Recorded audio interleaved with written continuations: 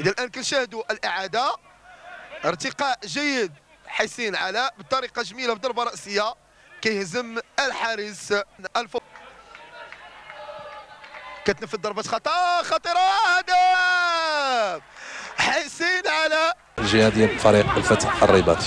انطلقت الجولة الثانية لفائدة اللي امتاز بها فريق لاطير الفريق الجديدي.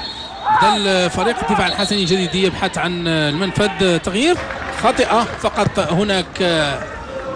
اللاعب فريق الفتح الرباطي اصبحت مبادرة علاء حسين.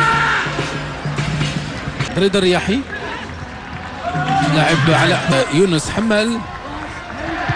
وما نساوش كذلك الدور اللي كيقوم به موسى سليمان في وسط ميدان فريق الدفاع الحسني شديد، سواء على مستوى المقدمة او على مستوى المؤخرة. هذه محاولة لفائدة، محاولة لفائدة ضائعة.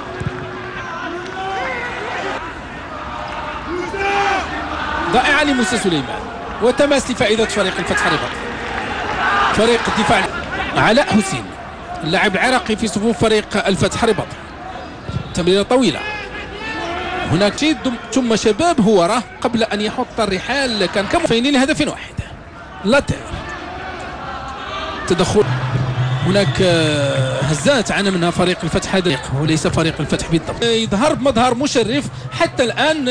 كانت لا، ولكن ربما انه الحكام وحنا بشر يمكننا نخطئوا فيه، ماشي دائما غنكونوا مصابين، ولكن لازم انه الشاهد هو في هذا السن هذا لما كان جرى مقابله. وتدخل على او للاعب رضا الرياحي.